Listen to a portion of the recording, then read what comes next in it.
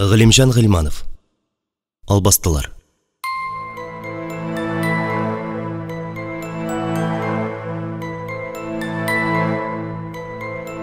17-нче бүлек. Галим яңа йорт мәшәкатьләренә кереште. Аның күңеле күтәренке иде. Саниягә тормыш көннән-көн кыенлашты. Күзе тәмам күрмәс булып, җир йөзендә яшәү аның өчен олы газапка әверелде. Бәрелеп сугылып йөри торгач, йорт кура тирәсен өйрәнсә дә, ул инде урамга, авыл арасына чыгып йөрми. Күп вакытын өйдә, тәрәзә каршында утырып үткәрә. Галим белән Майяны иң гаҗәпләндергәне шул, әнкәләре әллә ни борчылган, кайгырган кебек тә түгел. Тыныч, сабыр гына бер урында утыра, кайчакта белгән дугаларын пышылдый, кайчакта бигрәк тә кеше юклыгын сизсә, ниндидер моңлы көйләр кили. Елга буйларында сары чәчәк саен күбәләк. Әллә күзләремнән яшьләр ага, әллә болытлары тәбәнәк. Анысы дөрес, Саниянең фаҗигасын күреп, Галим белән Майядан да ныграк үзгәләнгән кеше булмагандыр. Авыл кешеләре дә авыр кичерде бу хәлне. Санияне жәлләп, кызганып сөйләмәгән кеше калмагандыр. Шулай да кереп хәл белүче, җылы сүз әйтүче күп булмады. Бу нигездәге сихер аларга да йогар, Сания янына керсәләр авыруы күчәр, иярер дип шикләнделәр ахры. Галимнең ниндидер хатын-кыз һәм сабый бала ияртеп кайтуы тыңгылык бирмәде авыл кешеләренә. Нәфисәнең кутку таратып йөрүе дә үзенекен эшләми калмагандыр. Ничек кенә булмасын, авыл Санияләрдән читләште. Әмма бер вакыйга халыкны уятып җибәрде һәм Галимнәргә мөнәсәбәтне үзгәртергә мәҗбүр итте. Бу вакыйга да Саниянең авыруы белән бәйләнгән иде. Баштарак Галим әнисен дәвалау өчен район үзәгеннән табиблар чакыртып карады. Килгән белгечләр исә күзләре үлеп бара, берни дә эшләп булмый дип сөйләнделәр дә ашык-пышык җыенып китеп бардылар. Мәймүнә карчык та эшкереп карады, ул төтәсләгән йорт атна буе сасы ис аңкытып утырды. Әмма Саниянең күз алдында эленеп торган кара пәрдә гаип булмады. Көннәрдән бер көнне Майя Галимгә әйтеп куйды. Сания әнкәнең күзләрен үзем камлап карыйм әле. Мин моның сырын беләм. Әбиләрнең күз имен искә төшерәм дә. Галим шаклар катып торды. Ничек башта ук бу хакта уйламаган ул? Майя күп имнәр, тылсымнар, әфсеннәр белә бит. Сихер кайтарулар, эшкерү-төшкерүләр аның өчен гадәти хәл. Чынлап та бәлки, ул әнкәсенең күзен каплаган кара пәрдәне юып ташлый алыр. Яман сихерне кайтарыр. Саниягә ипләп җайлап кына ачылдылар. Әнкәләре шунда ук кырт кисте. Бала имезгән хатын сихердән, әфсен-төпсеннән ерак йөрергә тиеш. Явыз көчләрнең анасы белән балага кереп кала торган гадәте бар. Юк, эшкертәммесең? Нишлисең? Тәкъдиремә шулай язылгандыр. Менә бит янымда сез бар. Сез булганда бер нинди кыенлыкта туймыйм мин, балалар. Бердә борчылмагыз. Ахырдан килеште тагы. Бу бердә кара имтом түгел, иң гадәти дәвагына дип ышандырдылар аны. Яр ялайса. Тик гөләш өйдә булмасын дигән шарт белән яшьләр ихтыярына буйсынды Сания. Төрле табиблардан, имче карчыклардан ялыккан әнкәләрен озак тилмертмәделәр, якын көннәрнең берсендә тәвәккәлләделәр. Берничә көн әзерләнеп үтте. Икәүләп урманга барып килделәр. Иртәнге сәгать 5-тән торып, гөләшне ашатып, йокыга салгач, чыгып киткәннәр иде. Бер кочак үлән, куак бутагы, агач гөмбәсе, кыргы җимеш күтәреп, арып алҗып кайтып ягылдылар. Шул көнне үк Майя төрле үлән, кайры, гөмбә, җимеш уннар ясарга кереште. Һәр таңда торып, ялан үләненнән таң суы җыеп алдылар. Дәва өчен тартылган уннарны Тәңре юынган чакта җиргә чәчрәп калган шушы чык тамчыларына изәргә кирәк имеш. Ниһаять изге сәгать сукты. Гөләшне Вәсимә карчыкка кертеп куйдылар. Ак бабай Саниягә дә, Майяга да Коръән телендә Фатихасын биреп чыкты. Менә өй эчендә өчесе генә торып калдылар. Галим алар ягында булырга теләсә дә, Майя аңа чыгып китәргә кушты. Аны әнкәсе белән ялгыз калдыруны сорады. Галимнең күңелендә хатынына карата үпкә хисе кузгалды. Ничек инде, улы була торып, әнкәсе янында торырга ярамасын ди. Шулай да каршы килмәде, өйдә газизләрен калдырып тышка чыгып китте. Чынлыкта үз эченә кереп бикләнде. Уйлыйсы уйлар уй янчыгында шактый җыелып өлгергән икән. Чынлап та, Майя белән Гөләшне авылга алып кайтканнан бирле Хәлимнең ныклап уйланганы, хәтта ялгыз калганы да булмаган икән. Ә бит уйланыр уйлар, борчылыр җитәрлек. Иң элек теге урман карчыклары тынга бирми Хәлим йөрәгенә. Алар хәзер ни хәлдә икән? Исән саулармы? Исән сау булсалар, ник Майяны эзләп килмиләр? Нигә эзәрлекләмиләр? Карчыклар мөгаен аларның кайда икәнлеген дә беләләрдер. Бу бик сәер. Икенче борчыган нәрсә Нәфисәнең кыланмышлары. Ул үзенең гайбәте белән бөтен авылны Хәлимгә каршы куйды. Аларның өен урап узалар, аралашмаска тырышалар, төрле кыткы сүзләр тараталар. Инде менә әнкәсенең авырып китүе. Кычкырып әйтмәсәләр дә, кешеләр Сониянең сукраюын Хәлимгә ияреп кайткан зәхмәттән күрәләр. Майяга да, Гөләшкә дә шикләнеп карыйлар. Хәлим белә, булай озак яшәп булмаячак. Майяга да кыен, Хәлимнең үзенә дә. Хәлим үзе белән булган хәлләрне батырларча кичерсә дә, инде әнкәсенең дөм суқыр булып калуына ничек чыдар? Көн яктысы күрмичә яшәү иң зур газапларның берседер ул. Майя сыгына Аллаһы Тәгаләнең язганы белән, үзе белгән урман рухлары ярдәме белән әнкәсенең күзен кайтара алсын иде. Нинди зур шатлык булыр иде. Кешеләрнең шик-шөбһәләре шундук юкка чыгар иде. Иң мөһиме әнкәсенә якты дөнья кайтыр иде. Майя Сония янында 2 сәгать торып чыкты. Чыкты да томаланган тәрәзә капкачларын ачып җибәрде. Тир бөрчекләре бәреп чыккан, бераз алсуланыбрак киткән йөзен үлән исләре аңкытып торган куллары белән сыпырып алды. Аннары Хәлим янәшәсенә утырды. Башын аның кул башына куеп, күзләрен йомды, бераздан йомшак кына итеп. Әнкәйнең күзләре күрәчәк, диде. Хәлим бер сүз дә әйтмәде. Зур авыр куллары белән хатынын кочаклап алды, күкрәгенә кысып баш түбәсеннән үпте. Сония янына кичкә табагына керделәр. Керер алдыннан Майя Хәлимгә Ак бабайны, Вәсимә карчыкны чакырырга кушты.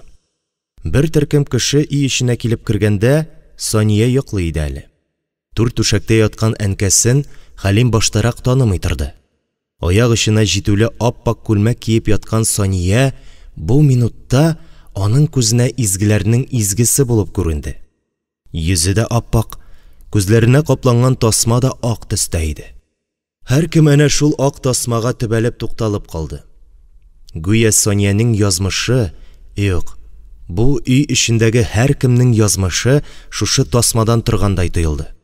Бу тасмада сер бар кебек. Аның астында я бәхет, я бәхетсезлек, я яктылык, я дөм караңгылык. Бу минутта дөньяга Майя хуҗа иде. Ул имләде, ул барысын җыеп алып керде, ул беренче булып әнкәсенә эндәште. Әнкәй, торасыңмы инде? Вакыт җитте. Күзләреңне аш. Сониягә шулда җитте. Ул уянды. Бераз сискәнебрәк куйды, әмма сер бирмәде. Сикереп торып та утырды, аннары тыныч кына. Әу кызым, булды дамыни? Дип сорады. Булды, әнкәй.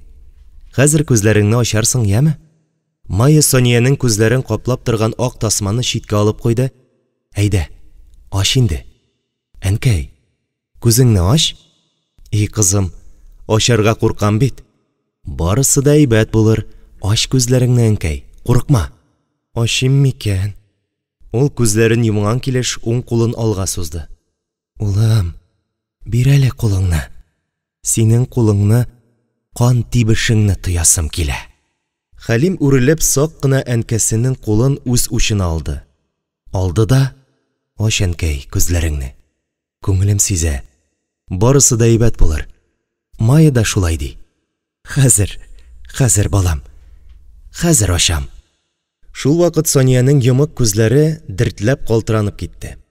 Тагын бер мизгелдән шим кара матур, нурлы балкышлы, дөньяга тутырып, йотылып карап торган күз алмалары якты дөньяга томырылып чыкты. Бөтенесе дә ах итте. Чөнки үй ишендәгеләр Сониянең күргәнен күрделәр. Моны күрми, сизми мөмкин түгел иде. Сония үзе исә күзләре ачылуга әзер үк түгел иде булса кирәк. Бер ара ярым хушсыз хәлендә ятты әле. Ниһаять ул тагын торып утырды, кискен борылып тәрәзәгә карады. Аннары янында басып торган кешеләрнең һәрберсен аерым-аерым карый башлады. Менә аның соңгы көрчегенә җитеп ачылган күзләре Майяга килеп җиттеләр. Җиттеләр дә озакка туктап калдылар. Бераздан ул исенә аңына килде, әмма карашын читкә алмады. Шулай төбәлеп торган килеш Майяга омтылды. Үзе йылы-йылы тәкърарларга кереште. «И, кызым минем, җаным бәгърем минем, мең рәхмәтләр сиңа, изге бәндә икәнсең. Алла кешесе икәнсең. Ничек кенә кайтарырмын икән бу изгелегеңне?» Санияның кинәт кенә күрә башлавы башкаларга да нык тәэсир иткән. Ак бабай бармак очларында диспесен йөгертә-йөгертә дугаларын пышылдый. Вәсимә карчык үз алдына мең төрле теләк тели, ә Хәлим әнкәсе янына тезләнеп аның кулларын үбә. Ниндидер серле илаһи мизгел иде бу. Җир тормышы түгел, башка төрле дөнья, төш дөньясы кебек. Һәр хәлдә читтән берәрсе күреп калса, я булар күмәкләшеп акылдан шашканнар, я җыелышып сәер бер йола башкаралар дип уйлар иде мөгаен. Сонияләр өендә булган галәмәт хәлләр хакында хәбәр авылга бик тиз таралды. Башта ышанмадылар. Сония урамга, кибеткә, авыл арасына чыгып йөри башлагач кына, кешеләр тау башындагы алтын су сары йортка берәмләп тә төркем-төркемдә агыла башладылар. Бу тылсымлы галәмәткә үз күзләре белән күреп ышану өчен килгәннәрнең исәбе-хисабы булмас кебек иде. Кемдер Сония янына, икенчеләр Майяны күрергә, аңа гомер буе җафалап интектергән хәтәр авырулары хакында сөйләргә, шифа дәва сорарга керде. Сония да Майя да килгәннәрне ачык йөз, такта чәй белән каршы алдылар.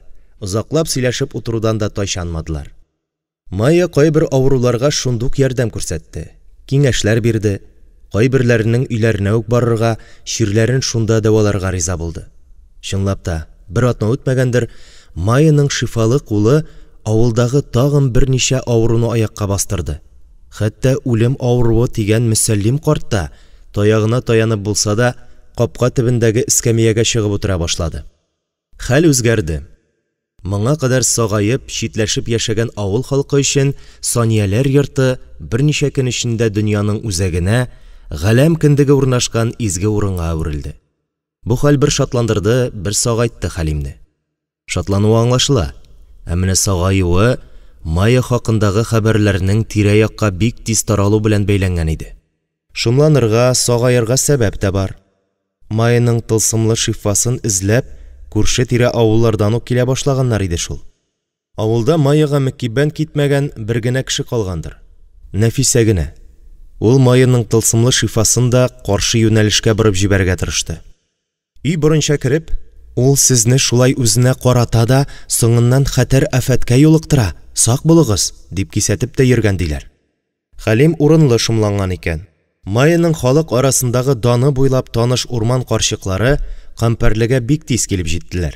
Җиттеләр дә, бөтен авылны афәт шаукымы белән өркетеп, ничек килгән булсалар, шулай китеп тә бардылар. 18-нче бүлек. Алар авылга көтмәгәндә, бөтен кеше басуда, урманда чакта кызу эш өстендә килеп керделәр. Шул ук кара киемдә, башларына очлаеп торган кара башлык кигәннәр, аркаларында юл капчыгы, кулларында кара таяк. Урман авызыннан килеп чыккан бу сәер затлар туп-туры Сонияләр йортына юнәлделәр. Әмма эшкә кермәделәр. Йорт каршындагы яшел чирәмгә җәелеп утырдылар. Баштарак аларны беркем дә шәйләмәде. Югыйсә барысы да өйдә иде. Сония мендәр тышлыгы алыштырып йөри, Хәлим балта үткерли, ә Майя бала имезеп утыра. Беренче булып Майя сизенде.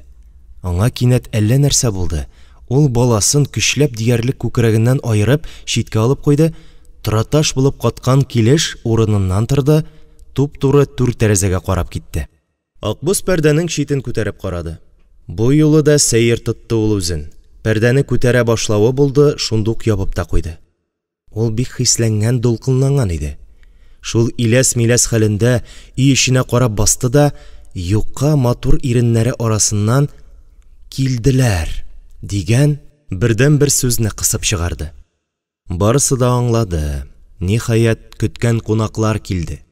Алда нәрсә буласын белсә дә Аллаһы Тәгалә үзе генә беләдер.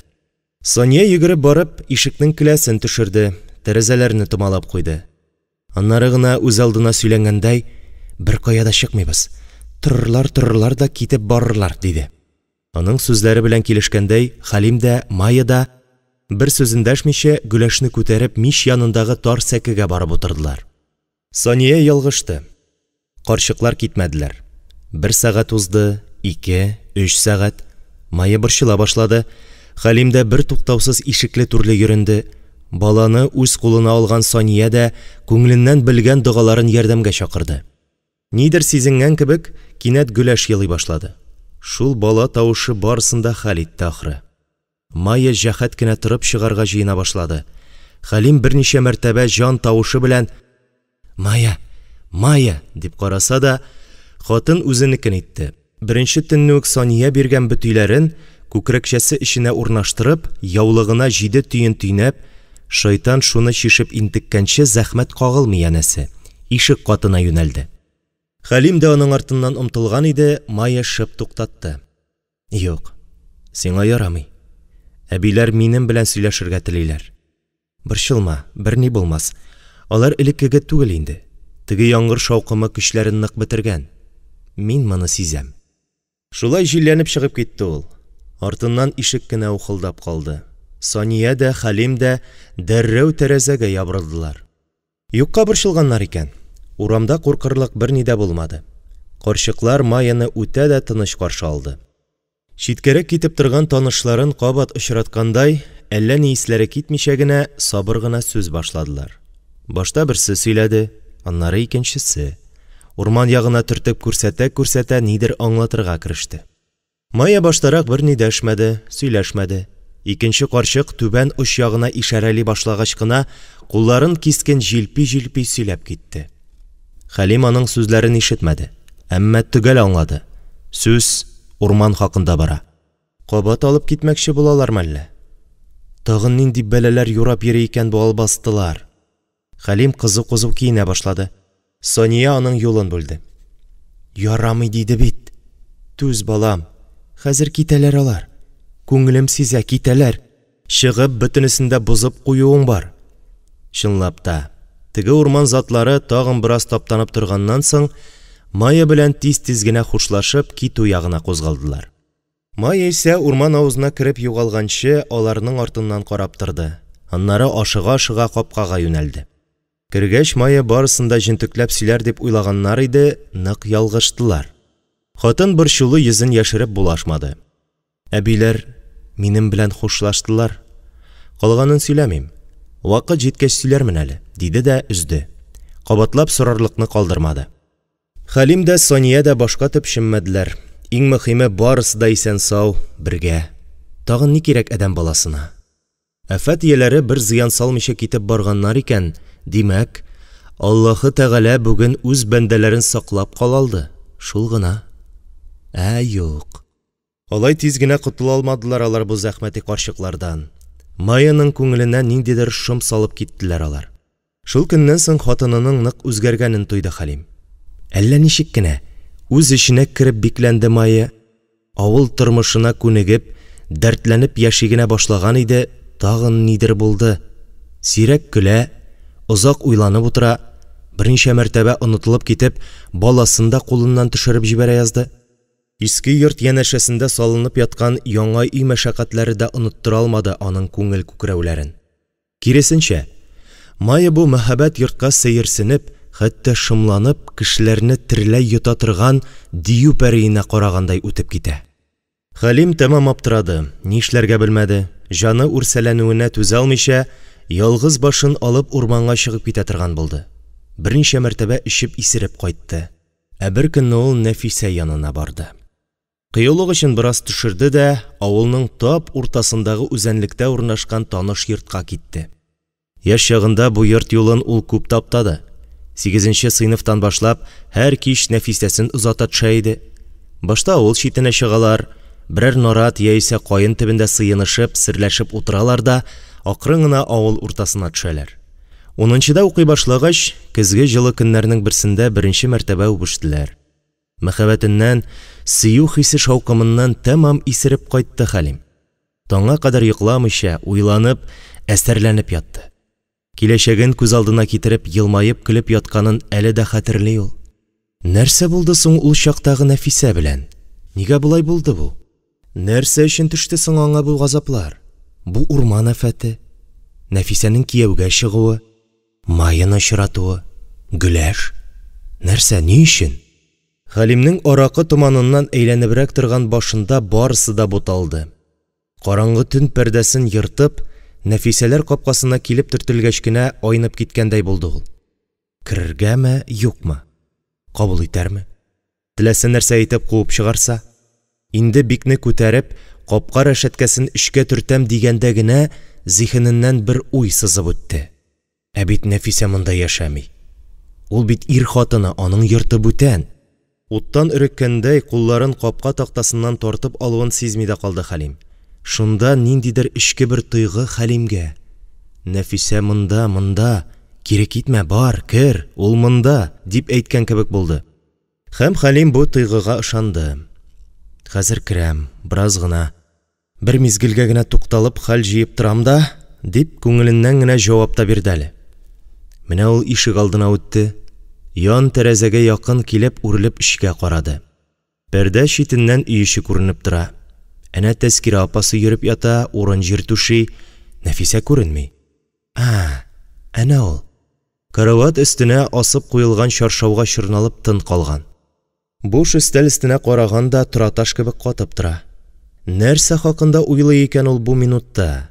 Бәлки, Хәлимгә булган мәхәббәте хакындадыр. Әллә туачак баласы хакындамы? Шул вакыт чаршау селкенеп китте, аннары сүтелеп өй эченә Нәфисәне чыгарып җибәрде. Шул кадәр кызык булды, артында торган Хәлимне сизгән кебек, Нәфисә кинәт сикереп торды да тәрәзәгә якыная башлады. Хәлим чак кына читкә тайпылып өлгерде. Нәфисә тышка бик озак карап торды. Хәлим хәтта аның йөрәк тибешендә ишеткән кебек булды. Үзе исә бераз вакытка сулышын буып торды. Нәфисә бик сәер иде бу мәлдә. Ул бер туктаусыз Хәлим, Хәлим дип пышылдап тора иде.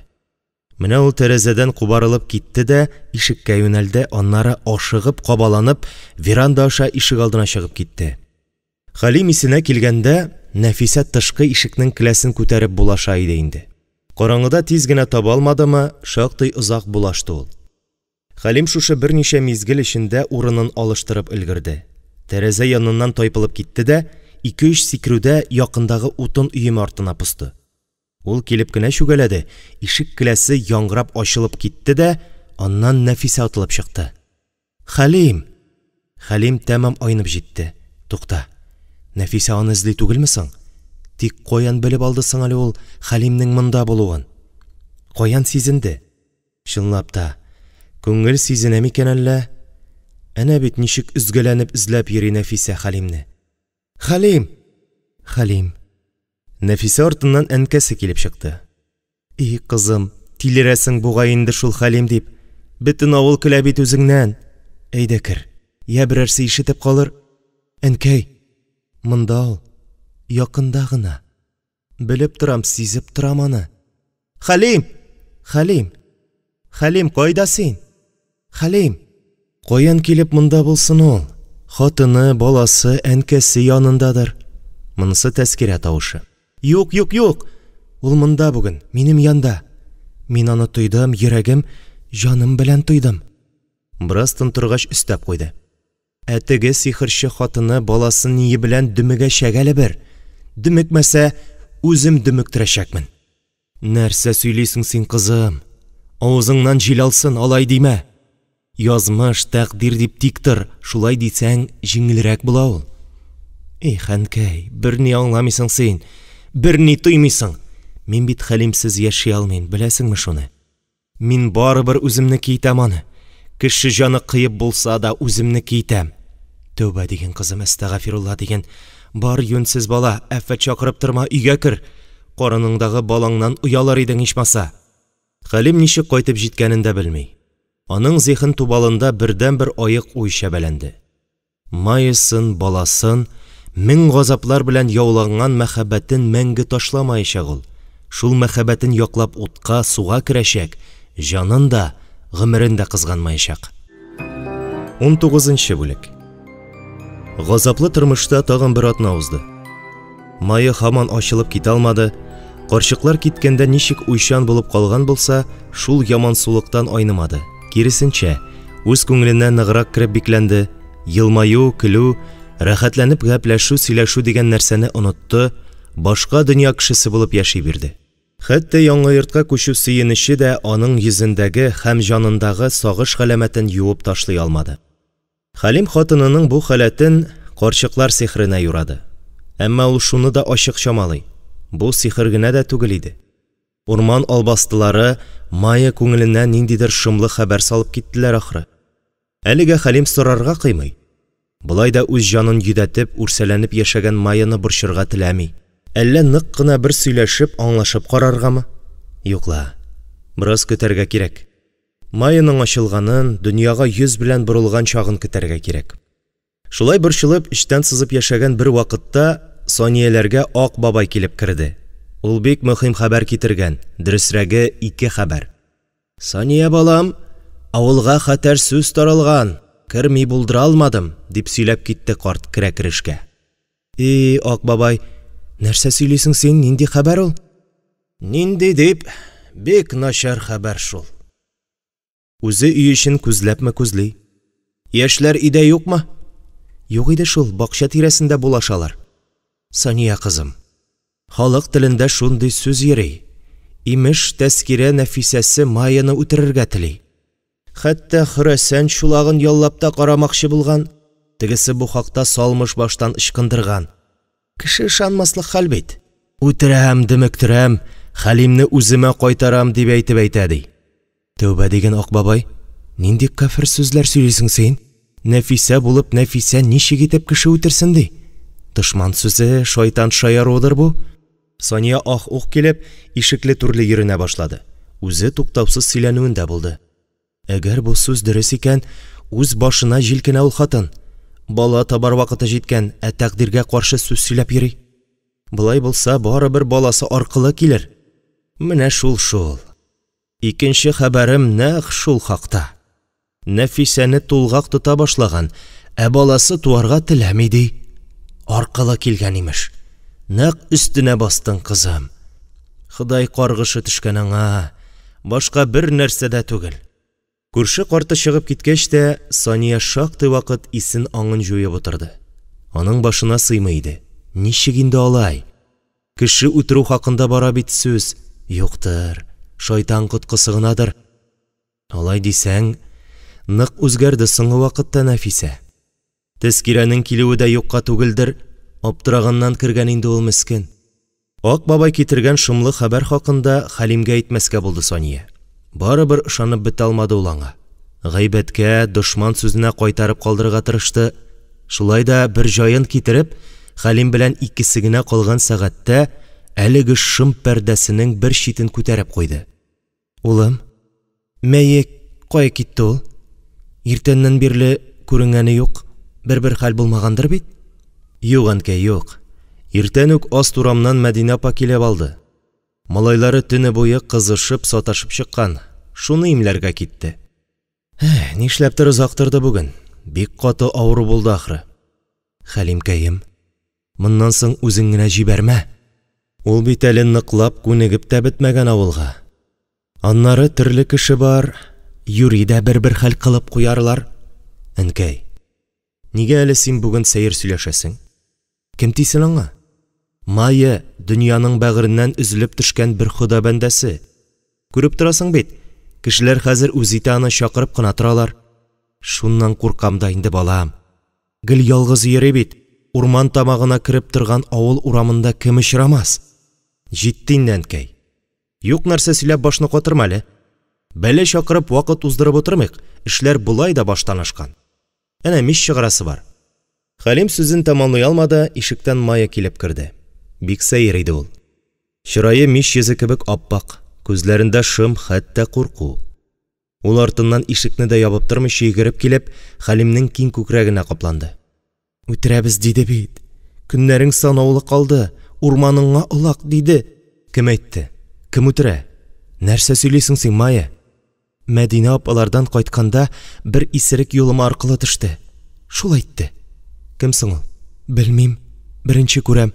Хәлим аңлый башлады. Әнкәсенең шомлы хәбәрен Майя белән булган хәлгә янәшә куеп карады. Әйе, Алар өстендә ниндидер кара болыт куера башлаган ахыры. Ниндидер афәт якынлаша иде бу яңа нигезләренә. Моңа кадәр дә мең газап кичергән, инде бөтенесе дә артта калды дип куанып яши башлаган өч җан тагын бер сорау каршында аптырап калды. Инде ниләр генә язгандыр алар башына. 20-нче бүлек. Кояш уфук артына төшеп китмәгән иде әле. Капкадан ашыгып Тәскирә килеп керде. Өйгә кереп нитеп тормады, тәрәзә алдына барып, ярсып кычкырырга тотынды. Майя! Майя кызым! Сания дим, Сания! Сез кайда? Ник чыкмыйсыз берегездә? Майя! Түшәктә изрәп йоклап яткан баласы янында мендәргә тыйнак кына башын төртеп шеремгә талган Майя ниһаять турып утырды. Кем бу? Нәрсә бу? Ул аңына килгән арада ишек алдындагы тавыш тагын кабатланды. Майя, кызым! Нәфисәм үлә бит! Сине чакыра! Кайдасың сез, дөмектегезме әллә? Майя тәрәзәгә капланды. Эңгер-меңгер төшә башлаган ишек алдында җан әсәре күренмәде. Бар икән. Әнә бит кемдер кыштырды. Шаштыр-шыштыр килеп, тәрәзәдән тәрәзәгә йөренә. Кинәт Майя карап торган тәрәзә артында да борчулы чырай пәйда булды. Тәрәзәдән төшкән ут яктысында бу чырайның иң сай, иң нәзек җыерчыклары да аермачык күренеп, күңелне үркетеп тора иде. Майяның җаны коты табанына төшсә дә түзде. Шул баскан урынында тора бирде. Майя кызым! Нәфисәнең хәле начар. Баласын китерә алмый бит бәгыркәем, икенче тәүлек китте. Фельдшер да, имче карчыклар да берни эшли алмыйлар. Алсаң да, син генә алырсың ул баланы. Кулыңны шифалы диләр бит синең. Ниһаять Майя аңлады. Кеше телендә күп чайкалып йөргән Нәфисә бүген авыр хәлдә ята. Ничек бармасын, барыр. Үзе нинди генә ачы, усал телле булмасын, аның якты дөньяга чыгырга омтылган баласы бәгыр ите хакына барыр. Майя түшәктә чалкан төшеп йоклап яткан баласын уятмаска теләп, аяк очларына гына басып ишеккә таба китте. Ишек алдына чыгып кына җитте, бакчаның ян-як капкасында Сания күренде. Нинди тавыш монда? Баядан бирле кем шәр килә дисәм, син икәнсең әле ахирәт. Нәрсә булды? Нәфисә ни хәлдә? Шуның өчен дөнья бетереп йөрим дә инде, Сания кәем. Китерә алмый бит баласын. Әйттем мин аңа, артыгын кыланасың, артыгын сөйләнәсең дидем. Бер әйләнеп кайта шул ул, үз башыңа кайта. Үз балаң турында алай димәле ахирәт. Барысы да әйбәт булыр, теләп тор. Бөтен нәрсә Ходай кулында, нишлисең бит? Бер сөйләмәс, бер шәпшемәс идем. Үзәкләремә үтте шул соңгы вакытта. Хәзер менә шуның әҗерен күрәбез. Киттекме, кызым? Әнкәй, Гөләш бер үзе калды. Тизрәк кер инде, бигрәк яраттырып йоклый. Җиннәр килмәсен тагын. Бар, кызым, бар. Хәзер керәм, бер дә борчылма. Керә башлаган җиреннән капыл туктап сорап куйды. Хәлим кайдасың? Хәлим? Хәлимме? Белмим шул. Төшкә аштан соң чыгып йөреп кайта торган гадәте бар бит. Келәт бурасына агач билешәсе бар дип тә сөйләнгән иде. Сания өйгә кереп китте. Тәскирә белән Майя кызу адымнар белән урамга чыктылар да, авыл уртасына алып төшә торган тар урамга кереп югалдылар. Хәлим бу вакытта чынлап та келәт бурасы хакында кайгыртып йөри иде. Ул инде эшен бетергән, Торна Хәниф белән сөйләшеп, бер атнадан бураны үзләренең ындырларына күчереп куярга килешкән. Кул сугышып кайтырга кузгалганына иде, кинәт йөрәге чәнчеп куйды. Ул хәтта сискәнеп китте. Нәрсә булыр бу? Бер дә йөрәгенә зарламый иде бит. Әнә хәзер ничек сулкылдап тибә, ничек ярсый. Хәлим шундук аңлап алды. Моңа кадәр дә күңел тоемына ышана иде ул, алдамый иде аны күңеле. Чәнчеп сулкылды икән, димәк нидер булачак. Урманда чакта әтисенең афәтен туеп та шундый хәләт кичергән иде ул. Кайтып кергәндә Сания Гөләшне ашатып утыра иде. Хәлим көчкә сулышын җыеп, «Майя кайда?» дип сорый алды. Хәлим кәем. Нәфисә һаман бала табалмый икән бит. Тәскирә ахирәт имләп, камлап, хәлен җиңеләйтмәсме дип, киленне үзләренә алып китте. Син җибәрдеңме? Ничек тотыйм инде мин аны? Үзе барырга чыккан иде, тотып калырга кыенсындым. Тегесенең хәле авыр ди бит. Әллә ничек шунда, күңелем тынычсызлана. Майя өчен куркам. Гомердә булмаганны йөрәгем җилкенә. Нидер сизәм мин, әнкәй, тоям. Яле улым, күңелгә шом кертмә. Булай да утлы күмер өстендә яшибез. Баскан сайын җанга шеш яра чыга. Хәлим торып стенага эленгән олы рам янына килде. Андагы сурәтләрне җентекләп карый башлады. Әткәсен шундук танып алды. Әнә пинжәген җилкә ашагына тотып кунак узатырга чыккан ул. Ә менә бу фотода әнкәсе белән бергә утыра. Бәхетле йөзләр. Шунда Хәлим капыл гына бик авыр уйга юлыкты. Әнкәсе белми бит әле теге әпә язмышын. Ничек кенә әйтергә икән соң? Ничек җай табасы? Үзе дә сизми калды, Хәлим тыныч кына. Әнкәй, мин әткәйне күрдем бит, дип әйтеп куйды. Баштарак бу сүзләргә Сония игътибар итмәде, аннары гына мәгънәсенә төшенә башлагач кына йөрәге чәбәләнеп. Әһә, нәрсә сөйлисең син, улым? Ул әллә кайчан җир куенында инде мәрхүм. Нишләп алай сөйләшәсең әле син? Бер хәл булмагандыр бит. Сония тамагын туйдырып, икемендәр арасында мыгырданып яткан Гөләш яныннан торып, Хәлим каршына килде. Кая карыйм әле күзләреңне? Күз агың чиста түгел, балам. Ниндидер борчу кергән сиңа. Хәерлегә генә булсын инде. Әнкәй дим, мин әткәйне күрдем. Ни дигән сүз бу, улым? Һаман бер нәрсәне тукыйсың. Хәлим нишләргә дә белмәде. Әйтә башлагач әйтеп бетерергә мәллә? Юкла.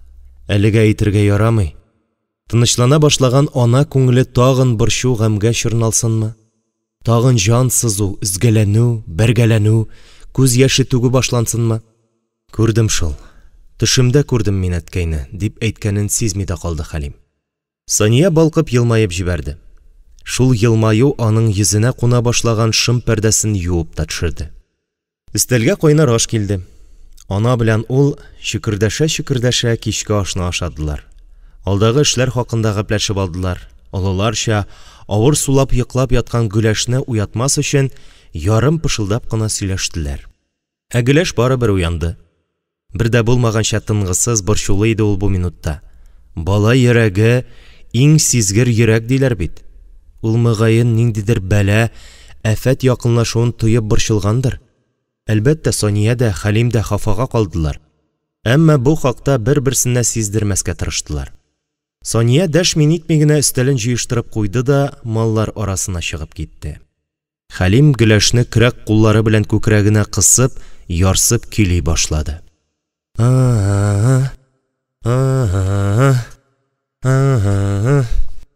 Бала һаман тынычланмады, киресенчә тагын да ныграк ярсыды.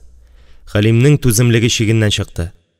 Аның бу балага ачуы килә башлады. Нигә йылый ул? Ни җитми аңа? Өсте коры, тамагы тук, ятканы йомшак. Әнкәсе юкка йылыймы? Кала иде бит әле башка вакытта. Менә әткәсе аның янында ич. Ник була ярсый ул? Хәлим теге хәтәр уйны ничек тә якын җибәрмәскә тырышты. Юк. Майяга бер ни булмагандыр. Нәрсә булсын, ул бит Нәфисәләрдә, ә Нәфисәләрдә? Шунда гына Хәлимнең башына сукты. Нәфисәләрдә бит ул. Ә Нәфисә майыны күрә алмый. Күрә алмый гына түгел, ул аны талап, буып, йолкып үтергә дә әзер. Бу хакта теге исерек төндә Нәфисә үзе әйтеп торды бит. Их, нигә бу хакта башта ук уйламады соң ул? Нигә майының артыннан китмәде? Хәлим тәмам каушап төште. Нишләргә дә белмәде. Ичмасам әнкәсе дә әллә кая чыгып киткән. Шундый вакытта һәр минут, һәр мизгел кадерле бит. Хәлим башкача түзеп тора алмады, зәңгәрләнеп елаган Гөләшне күтәреп тышка чыгып китте. Аңа әнкәсен эзләп торасы калмады, Сония үзе кирип килә иде. Хәлим була үксегән баланы аның кулына атып бәргәндәй бирде дә урамга чыгып йөгерде. Тышкы яктан иңгер-меңгердә күзләре томаланып, капка төбенә укмашкан казларның ачыргаланып каңылдашуы гына шактый вакыт ишетелеп торды. Хәлимнең үз кайгысы кайгы иде. Бу минутта аның күзенә капка төбендәге казлар да, кыйма буенда җыелып торган сарыклар да күренерлек түгел иде. Күпме йөгергәндер, ничә мәртәбә сөрлегеп егыла язгандыр хәтерләми, әмма ул һәр адымын Майя дип атлады. Аның йөрәге дә һәр типкәндә Майя дип типте. Хәтта күктәге йолдызларның ара-тирә ухылдап куюы да Майя булып ишетелә иде. Шунда йолдызлар ухылдавына бер ыңгырашу авазы килеп кушылды. Аст урам тыкрыгына борылган вакытта Карт кайын яныннан узганда ишетте ул бу ыңгырашу тавышын. Тукта.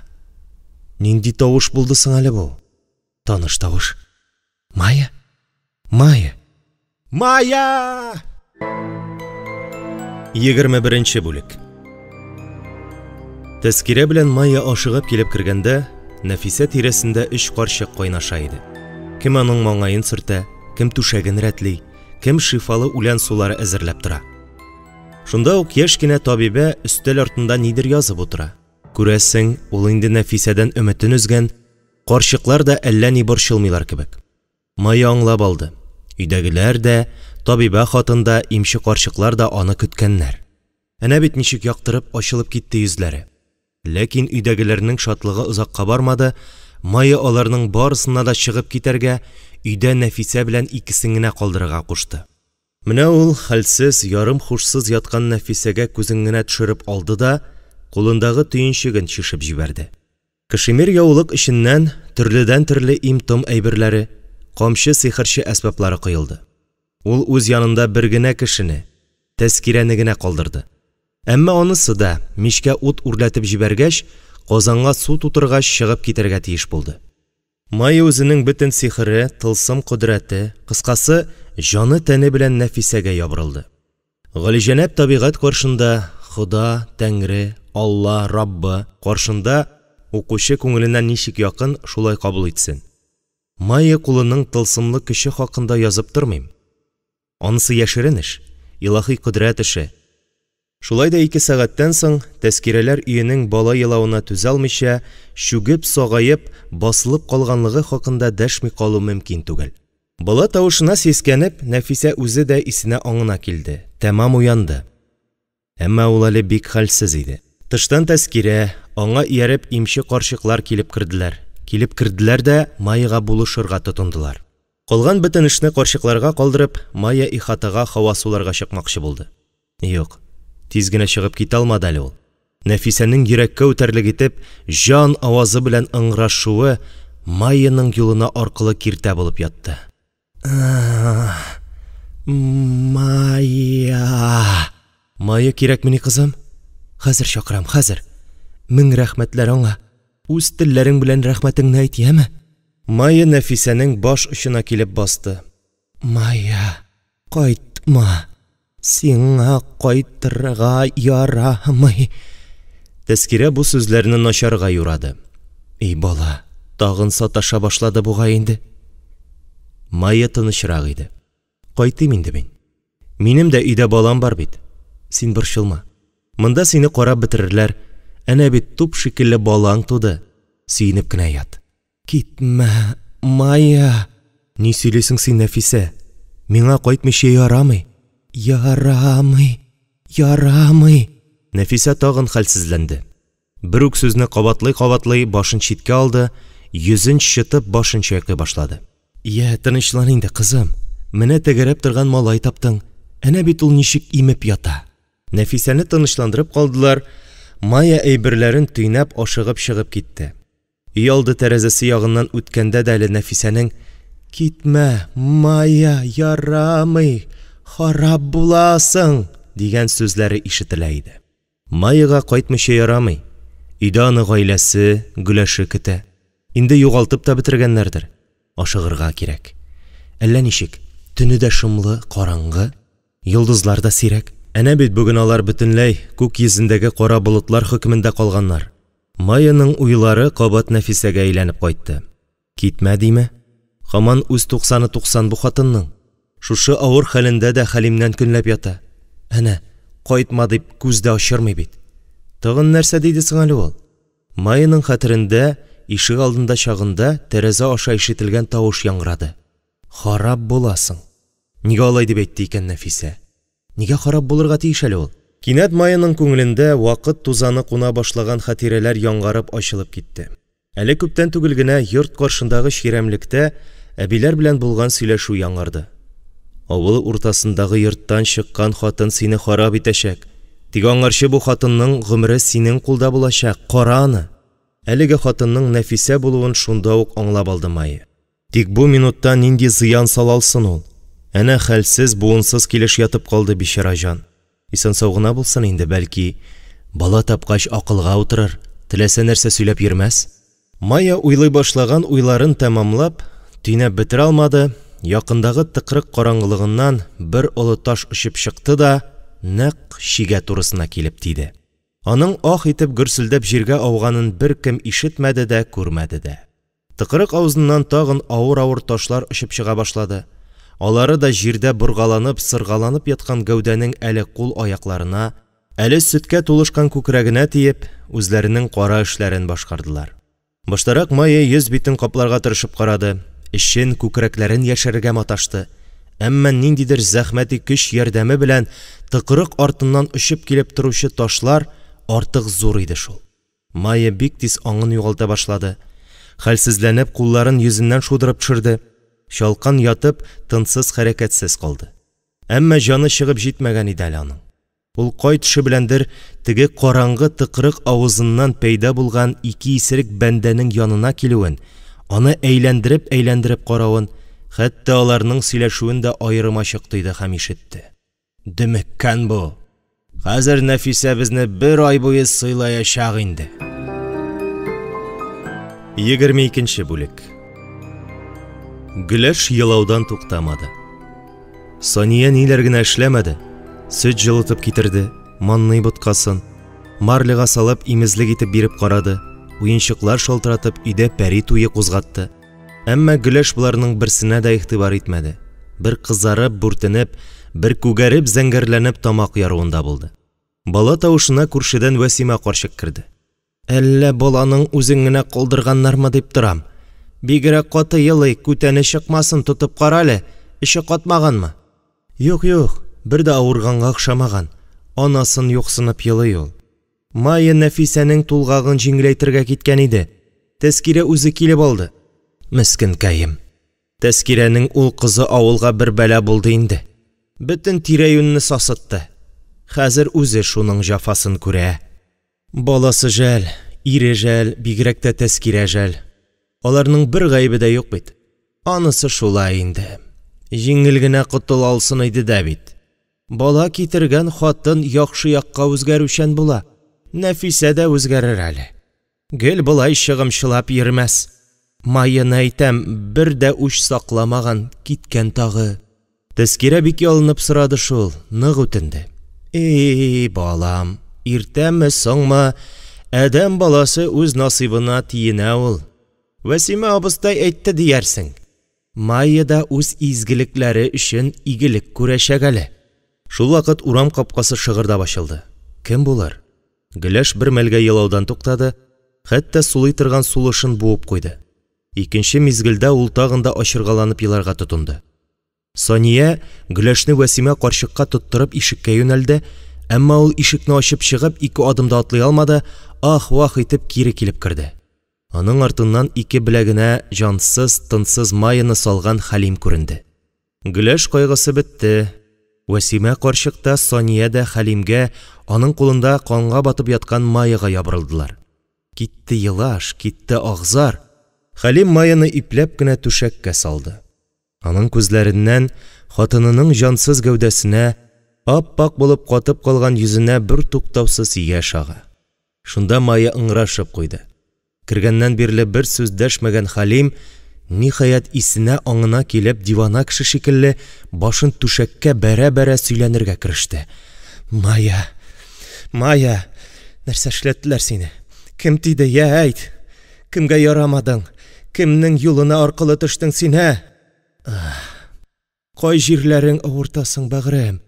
Ни генә эшликсең? Әнкәй, бар инде, йөгер фельдшер артыннан. Балакаем, Вәсимәттә чыгып китте инде. Әйдә врач килгәнче өстләрен салдырып, яраларын юатырыйк. Әнә бит күпме кан аккан. Хәлсезлеге дә әнә шул кан күп югалтудан аның. Мискенкәемне нишләткәннәр бит. Әнкәй дим, йомшаграк мендәрләр бир әле, җайсыз ятмасын. Ну, моның кем икәнен белсәм. Хәлим. Майя, хәлең ничек? Нәрсә булдысың сиңа бүген? Хәзер врач килеп җитә, чак кына түз, яме? Хәлим, мин үләм инде. Үлмисең әле син, Майя. узак яшибез әле без синең белән. Гөләшне үстерәбез, аны кеше итәбез. Үләм, мин Гөләшне ташлама. Ни сөйлисең син, Майя? Нинди үлем ул? Ни дигән сүз бу? Теге вакытта әбиләр дөрес әйткәннәр. Хәлим, алар миңа үлем юрап киттеләр. Рас килде. Ә? Кемнәр? Теге албастылармы? Шуларга ышанып үләргә җыендыңмы? Юк, үтермим әле мин сине. Әнә Гөләш елый, әнкәй үлмәсен дип елый ул, белдеңме?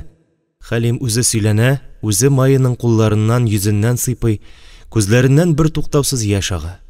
Хәлим, Хәлимем минем. Үләргә кайтканмын икән авылга. Күпме тырышсам да, кешеләрдән яраттыра алмадым. Битәрләмә мине. Бәхил бул. Гөләшне сакла, үстер. Әбиләргә белдер. Майя шул сүзләрдән соң ияген сикертеп куйды да җаныннан бушап тәслим кылды. Йөзе тынычлангандай булды, кирфекләре дә йомшак кына йомылып, фотосурәттәге кебек хәрәкәтсез калдылар. Хәлим инде тавыш-тынсыз гына сулкылдый. Сания Гөләшне күкрәгенә кысып, ах-вах килеп ишек төбендәге сандык өстендә утыра. Ә Гөләш һаман елый да елый. Гомерлек күз яшен бер юлы елап бетергә теләгәндәй, ачы яшьләрен агызып, бөтен җаны тәне белән ярсып елый. Әллә каяңына Акбабай кирип баскан. Ул бер сүзен дәшми. Җинак сакалын учлап тоткан да, тынсыз яткан Майяга төбәлеп катып калган. Фельдшерны ияртеп кайтып кергән Вәсимә карчыкта шундук аңлап алды. Бер сүз дәшми нитми, авызын яулык чите белән каплап, Сания янәшәсенә барып утырды. Кулларын алга сузып дугага кереште. Бисмиллахир вал Кур'анил хаким тәнзиләл газизир рахим. Ә Гөләш елады да елады.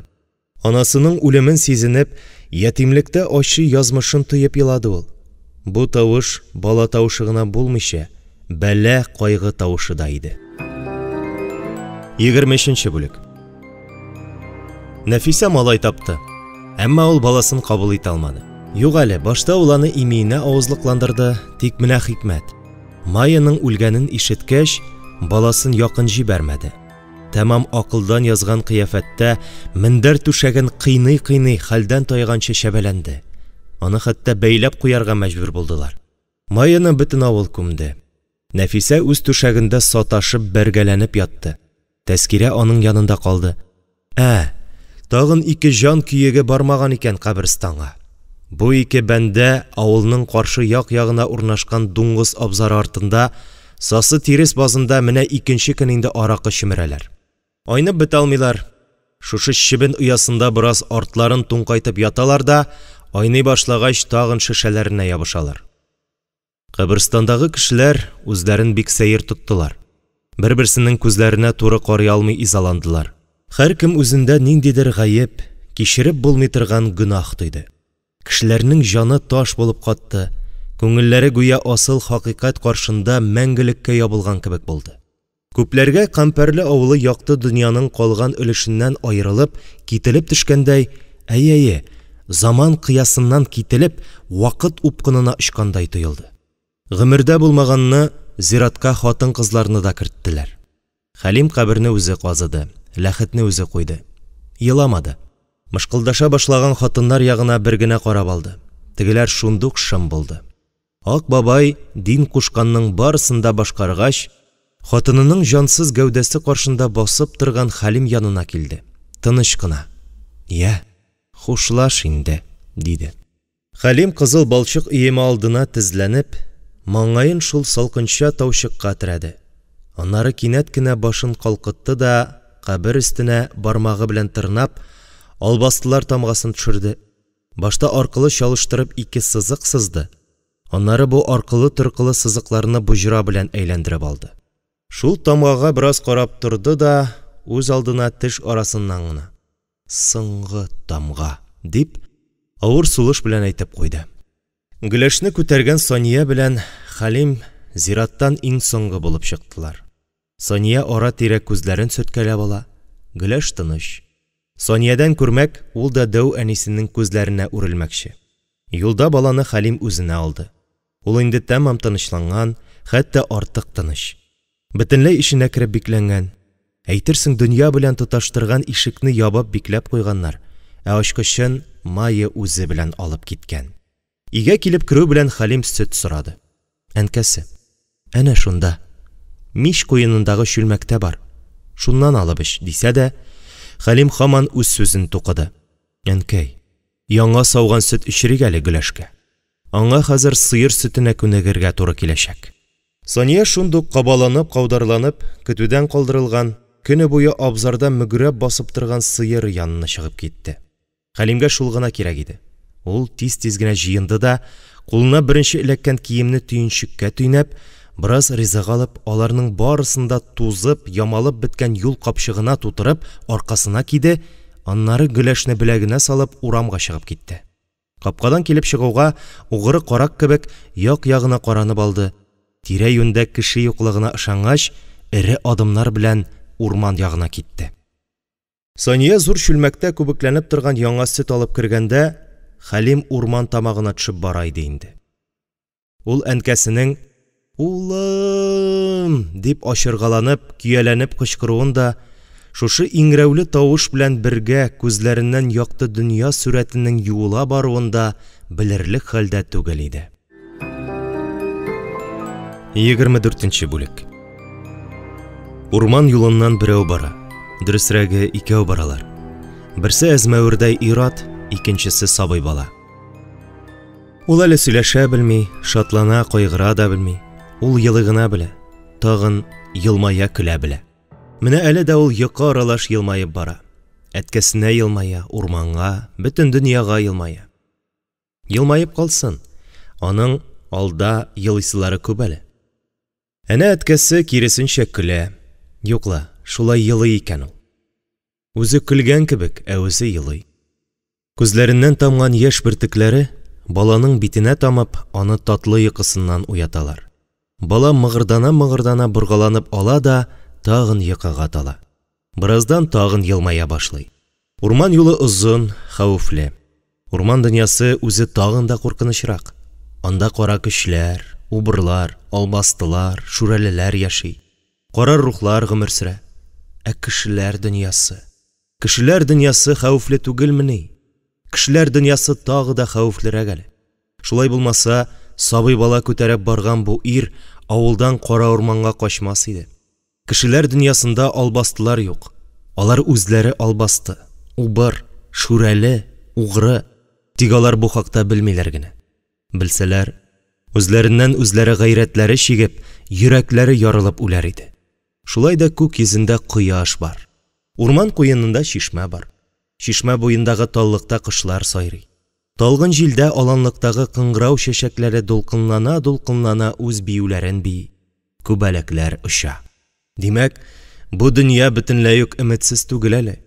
Кешене олы афәттән шушы кояш, чишмә, кошлар, чәчәкләр, күбәләкләр саклап калачак. Аллаһы Тәгалә кешелек дөньясын урманнан гына мәхрүм итмәсен. Я Рабби. Урман юлы буйлап берәү бара. Дөресрәге икәү баралар. Әзмәвердәй ир-ат һәм сабый бала. Әнә инде алар күздән дә югалалар. Талгын юл тасмасыннан аргы якка шуып төшеп китәчәкләр. Туктале, тукта. Бу юлда тагын кемдер бар? Безгә үтә дә таныш атлы карт. Хәтерлисезме? Теге вакытта Хәлимгә берничә мәртәбә ярдәм иткән иде ул. Безнең заманның Хызыр Ильясы ахры ул. Әнә ул тагын теге ике җан иясе артыннан бара. Белеп торам, ярдәм итәргә тели ул аларга. Урман юлы озын, барыбер бер куып җитәр аларны. Яктылыкка, өметкә, тормышка чыгарга булышыр. Амин. Шулай булсын.